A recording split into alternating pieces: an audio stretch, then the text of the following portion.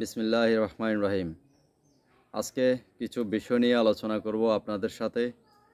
আমি শুরুতেই দুঃখিত, আপনাদের কাছে হয়তো আমার অনেক নয়েজ আসতে পারে, যার জন্য হয়তো কথাগুলো ক্লিয়ার বুঝতে পারেন কিনা আমি জানি না। তারপরেও শুরু করছি। আজকে যে প্রসঙ্গগুলো কথা বলবো সেটা হচ্ছে, আমি বিগত দিনে অনেক কথা বলে আসছি। বলার কারণে অনেকে আমার ব্যক্তিগত অনেক বিষয়গুলোর মধ্যে আঘাত করার চেষ্টা করছে, বা সেটা সোশ্যাল মিডিয়ার মধ্য দিয়ে হোক, প্রকাশ্যে হোক, যেভাবে হোক। যতদূর সম্ভব আমার জানা মতে তারা হয়তো কাজে পৌঁছাতে পারেনি, শতভাগ তারা ব্যর্থ হয়েছে। তো আজকে যেটা বলবো সেটা হচ্ছে, আমি প্রায় সময় বলতাম যে একটা রাজনীতির মাঠে একটা গাদ্দারি পরিস্থিতি তৈরি হয়ে গেছে। যেটা আপনি দেখবেন, গতকালকে বাংলাদেশের বড় বড় রাজনৈতিক দলের মধ্যে 25টা রাজনৈতিক দল জুলাই সনদে সিগনেচার করেছে। প্রত্যেকটা রাজনৈতিক দল থেকে 2 জন করে প্রতিনিধি পাঠানো হয়েছে, বা দলের প্রধান দায়িত্বে যারা আছেন তাদের মধ্যে 2 জন করেই গিয়েছে।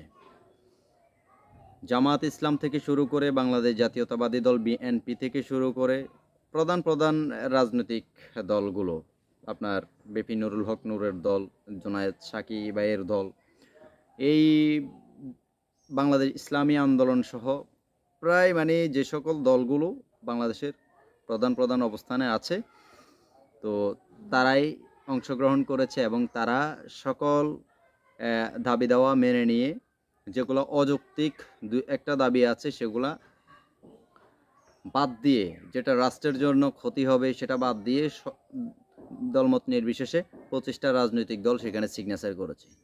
কিন্তু একটা বেয়াদব, যারা নতুন করে গঠন করেছে, বেয়াদবির খাতায় নাম দিয়েছে, সেই একটা রাজনৈতিক দল, তারা এই মতান্তরে প্রফেসর ইউনূস সাহেবের সাথে সংঘবদ্ধ না হয়ে, বা দেশের বিরোধিতা করে, দেশের আরও 25টা রাজনৈতিক দল তাদের মতামত পোষণের সাথে তারা সহমত পোষণ না করে, তারা তাদের ভিন্ন প্রক্রিয়া অবলম্বন করেছে, রাস্তাঘাটে আন্দোলন হামলা শুরু করেছে। তারা জুলাই সনদে সিগনেচার করেনি। বিষয়টা হচ্ছে মগরমূল্যক গায়ের জোরের একটা বিষয় চলে আসছে, যে আমরা জোর করে হলো, যেমন আপনাদেরকে একটা সিম্পল একটা বার্তা দিই, যেটা নোয়াখালী বিভাগের দাবিতে সবাই আছে, রাস্তায় মাঠে নামছে, কিন্তু হাসনাত আবদুল্লাহ তিনি কুমিল্লাকে বিভাগ চাই এবং গাছ জোর দিয়া কি করে গাড়ি ঘোড়া বন্ধ করে দেবে, এই ধরনের কথাবার্তা বলে উচ্ছৃঙ্খল বক্তব্য দিয়ে মানুষকে একটা বিভ্রান্তির মধ্যে পালাই দিছে। 2টা জেলার মধ্যে বা 3-4টা জেলার মধ্যে একটা সংঘবদ্ধ একটা যুদ্ধ তৈরি করে দিছে। ঠিক জুলাই সনদ দেওয়ার বিষয়ে গতকালকে যেটা ঘোষণা হয়েছে, বা জুলাই সনদে সিগনেচার করেছে, যেটা রাষ্ট্রীয় নীতিমালার মধ্যে যেখানে আইন প্রণোদিত থাকবে, সেই অংশে যখন এটা যুক্ত হলো, তখন সেখানে এনসিপির মতো একটি রাজনৈতিক দল এবং এনসিপির সাথে সংঘবদ্ধ যারা আছে আরও 2-4টা, তারা সিগনেচার করেনি। টোটাল 5টা দল সিগনেচার করেনি, তারা এখানে একমত ছিল না। তো এরা কি চাচ্ছে আসলে, কেন এরা একমত ছিল না? অনেক বিশ্লেষকরা যেটা বলেছে, আমি সেই কথাগুলো আপনাদেরকে একটু তুলে ধরতে চাই। আমার আজকের ভিডিওর আসলে প্রসঙ্গ সেটা। আপনারা জানেন, দেশের মধ্যে প্রতিনিয়ত অনেক জায়গায় রাহাজানি চলছে, মাস্তানি চলছে। কেউ প্রকাশ্যে করে, কেউ গোপনে করে। যারা প্রকাশ্যে করে তাদেরটা উঠে আসে, যেই দলই হোক না কেন। আপনি এখন তো মাঠে আপনি বলতে পারবেন না যে আওয়ামী লীগ নাই। আওয়ামী লীগও আছে, বিএনপিও আছে, এনসিপিও আছে, জামাত ইসলাম আছে, সব দলই আছে। যেই দলই হোক না কেন, প্রত্যেকটা দলের কথাই বলতেছি, কম বেশ সবাই করে। রাহাজানি, মাস্তানি, চাঁদাবাজি, মানুষের উপর মানসিক নির্যাতন এবং প্রাণনাশের ব্যাপারগুলা সব কম বেশ মিলাই করে। কিন্তু আপনাকে মাথায় ভাবতে হবে যে একটা স্থানীয় সরকার, হ্যাঁ, একটা স্থায়ী সরকার যদি নির্বাচনের মধ্য দিয়ে, জনগণের ভোটের মধ্য দিয়ে, যেটা বিবেচিত হয়ে একটা রাষ্ট্রের দায় দায়িত্ব যতদিন পর্যন্ত বুঝে নিবে না, ততদিন পর্যন্ত এই দেশে এই ধরনের কর্মকাণ্ড চলতেই থাকবে। 5 তারিখের পরে আজ অবধি পর্যন্ত যতগুলা ঘটনা হয়েছে, এই এতগুলো ঘটনার দায়ভার কি প্রফেসর ইউনূস সাহেব নেবে?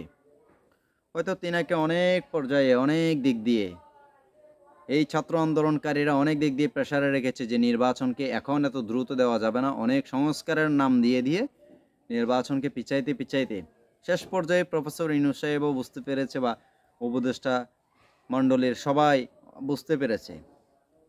এখন বুঝে শুনে তারা নির্বাচনকে, বা অনেক দিক থেকে তাদের প্রেসার পড়েছে, দেশের বাইরে থেকে প্রেসার পড়তেছে যে এভাবে এটা তো একটা স্বৈরাচারের মতো আচরণ হয়ে যাচ্ছে। অন্তর্বর্তীকালীন সরকার আর তত্ত্বাবধায়ক সরকার দুটার মধ্যে কিন্তু পার্থক্য আছে, ওই বিষয়ে এখন আলোচনা করব না। তো এক পর্যায়ে এটা কোন পর্যায়ে চলে যাচ্ছে, দেশের মধ্যে একটা রাহাজানি মাস্তানি শুরু হয়ে গেছে, তো এটা একটা স্বৈরা শাসনের মধ্য দিয়ে চলে যাচ্ছে। তখন তারা এগুলোর উপর দিক নির্দেশনা বিবেচনা করেই তারা নির্বাচনের অংশগ্রহণ নেওয়ার জন্য একটা দিন তারিখ ঠিক করেছে। এক ধরনের প্রতারক রাজনৈতিক দলগুলো দেখবেন, যেগুলার মাঠে একটা সিট নিশ্চিত করার মতো তাদের ওরকম অ্যাবিলিটি নাই, তারাই তো চাচ্ছে এই নির্বাচন যাতে না হয়। স্থায়ীভাবে কোনো সরকার নির্বাচনের মধ্য দিয়ে, জনগণের ভোটের মধ্য দিয়ে স্থায়ীভাবে কোনো সরকার যাতে নিশ্চিত না হয়। আর নিশ্চিত যদি হয়ে যায়, তারা তলে তলে বিভিন্ন জায়গায় মোটা অঙ্কের চাঁদাবাজি, বড় ধরনের একটা আওয়ামী লীগের সাথে লেয়া যদি এ ধরনের ব্যবসা বাণিজ্য করছে, বা লেয়া যদি করে নাই, বা সে তার মতো করে ব্যবসা বাণিজ্য করছে, এখন হয়তো করতে পারতেছে না হাসিনার পতনের পর। এখন ওই সকল লোকদেরকে খুঁজতেছে তারা, কারণ খুঁজলে ওখান থেকে 1 কোটি 5 কোটি 10 কোটি এভাবে খাবে। তারা তলে তলে এই ধরনের কাজকর্ম করে। এখন নির্বাচন যদি হয়ে যায়, হয়তোবা এই সুযোগটা তারা আর পাবে না, তাদের ধান্দার রাস্তা বন্ধ হয়ে যাবে, ইনকামের রাস্তা বন্ধ হয়ে যাবে।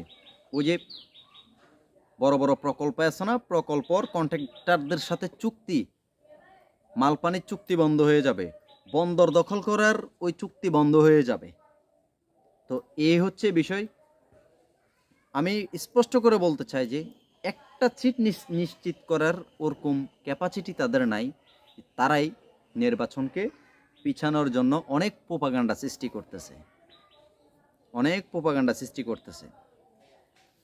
তো আপনারা এই বিষয়গুলো আসলে বোঝা দরকার, আপনাদের আসলে বোঝা দরকার।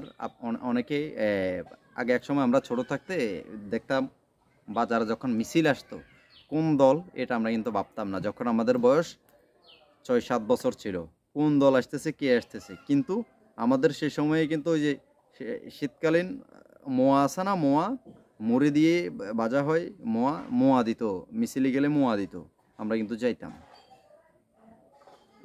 মিছিলের মধ্যে যেই ভাইয়ের স্লোগান দিত, আমরা সেই ভাইয়ের স্লোগান দিতাম, বুঝতাম না।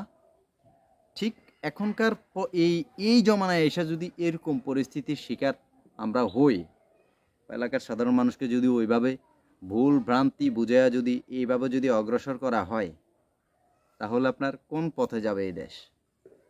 আমি আমি বলছি, আমি সুস্পষ্টভাবে বলি, প্রায় সময় আমি অনেক ভিডিও করি যে এলাকার মধ্যে অমুকে অপরাধ করতেছে, তমুকে সে অপরাধ করতেছে, যেই দলেরই হোক না কেন, যেই দলেরই হোক না কেন। আমি যখন সোশ্যাল মিডিয়ায় কথা বলবো, তখন আমি প্রায় চেষ্টা করি যে কোনো রাজনৈতিক কোনো দলের সাপোর্ট, কোনো না কোনো এক দলের বিরুদ্ধে যাবে আমার কথা। আজকে এই দলের বিরুদ্ধে গেছে, কালকে ওই দলের বিরুদ্ধে যাবে, স্বাভাবিক। এখন আমাকে সকল দলই চারিদিক থেকে বকাঝকা দিয়ে থাকে, কমেন্ট বক্সে আইসা তার যত রকমের শৈল্য শক্তি আছে, সব শক্তি সে কমেন্ট বক্সে আইসাই উড়াইয়া দেয়। কথা কি কিছু বুঝতে পারছেন? তো আমি বলতে চাচ্ছি যে সারা দেশ যাচ্ছে একদিকে, আর এই দেশের ধান্দাবাজদের মতামত যাচ্ছে আরেক দিকে। তারা গতকালকের যে 25টা রাজনৈতিক দল জুলাই সনদে সিগনেচার করেছে, এবং এটাও মেনে নিয়েছে যে 10 বছরের বেশি কোনো একটা রাজনৈতিক দলের, মানে সরকার, এক ব্যক্তি সরকারের খাতায় 10 বছরের বেশি থাকতে পারবে না, 10 বছরের বেশি ক্ষমতায় সভাপতির দায়িত্বে বা সরকারের খাতায় সে থাকতে পারবে না, এরকম মতামত ছিল একটা। সেটাও মেনে নেওয়া হয়েছে, সকল দলই সেটা মেনে নিছে। কিন্তু যে গাদ্দাররা কিন্তু মেনে নেয় নাই, কারণ গাদ্দাররা মেনে নেবে কীভাবে? ওই গাদ্দারদের তো দলটা প্রতিষ্ঠাই হয়েছে আওয়ামী লীগ দিয়ে। আপনি দেখবেন প্রত্যেকটা গাদ্দারদের পিছনে থাকবে আওয়ামী লীগের বড় বড়, মানে যেগুলো এলাকার মধ্যে আগে ওই মহিলাদের উপর নির্যাতন, বিভিন্ন জায়গায় গরু চুরি, এক বাড়ি থেকে 7টা গরু চুরি করে নিয়ে যায়। সেই সকল গাদ্দারদেরকে এখন দল ভারী করার জন্য মানে মাথা গুনতে হবে, তাদের টার্গেট হচ্ছে মাথা গুনতে হবে। ও কি সন্ত্রাস নাকি ও রাহাজানি করে না মাস্তানি করে, ওগুলো দেখার কোনো বিষয় না, আমার মাথা গুনতে হবে। এই চিন্তা ভাবনাই তারা এই গাদ্দারদের সাথে এদেরকে নিয়ে নিচ্ছে। তো এই হচ্ছে বিষয়। তো আমরা আমরা যে এলাকায় আমাদের জন্মস্থান, আমরা যে এলাকা থেকে ছোট থেকে বড় হয়েছি, ওই এলাকায় এখন অনেক মানুষদেরকে আমাদের বিষয়ে ভুলভ্রান্তি বোঝানো হয়েছে। ডাজেন্ট ম্যাটার, কোনো সমস্যা নাই। আমরা সুযোগ দিয়েছি, এই ভুল কোনো এক সময় এলাকার মানুষই বলবে। আমি সোশ্যাল মিডিয়ায় আগে প্রায় 2016-17 সাল থেকে আমি এই নদী ভাঙ্গন নিয়ে কথা বলতাম। মানুষ এখন ওগুলো ভুলে গেছে। আপনি যদি প্রমাণ চান, আমি প্রত্যেকটা ডেট দিয়ে আমার পুরনো পোস্টগুলো আমি রিপ্রেজেন্ট করতে পারি। মানুষ ভুলে গেছে। অনেকে আমার ভিডিওতে কমেন্ট করে আসে যে 5 তারিখের আগে আপনারা কোথায় ছিলেন। ভাই, চেষ্টা তো কম করি নাই। আমি নিজেই কতগুলো টেলিভিশনের সাংবাদিকদেরকে ধাপে প্রত্যেকটা বছর মানে 1 বছরের মধ্যে 3-4 বার আনছি।